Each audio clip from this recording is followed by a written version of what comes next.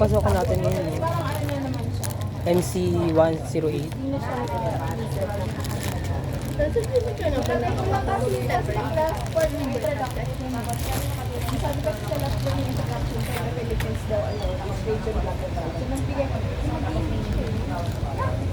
Iinaya nga ako sa ano eh.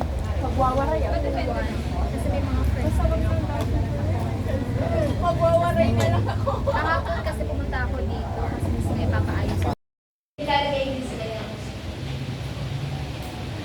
Ngunit, ano na nga ba ang naging kusang dito? Ano ang naging pinalilagdan ng mga babae? Nung panahon na pumasok ang Catholic, Catholicismo at ang Islam. So yun guys, ang aga natapos ng class. Grabe naman. Agang init. Hindi, paganda ka, girl.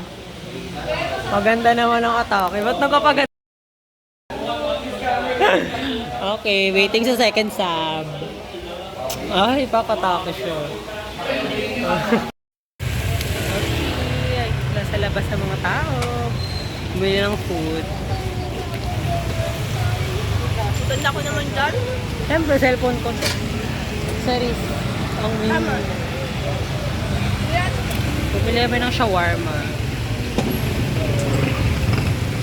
Kasi engineering kami. Kasi walang lumalabas na lalaki. Cherise! Cherise. Kapakailan ay may nag-trending about doon sa pastil. Yung hamonadong pork pastil. Diba? Nula! Diba?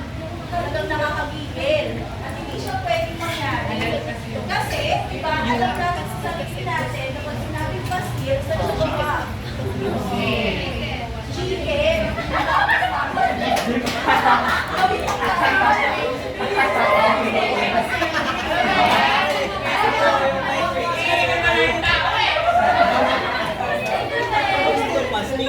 Sorry guys, may silo na daw.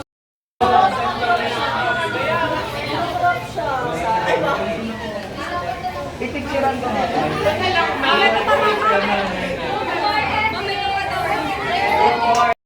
Yes, done na yung class ko. Uuwi na ang mga bahay. Ang aga na tapos ng klase. Ito pa ako sa hallway namin. So, mainit. Hagardo. Bye guys! Hindi ka magala. Uwihan na.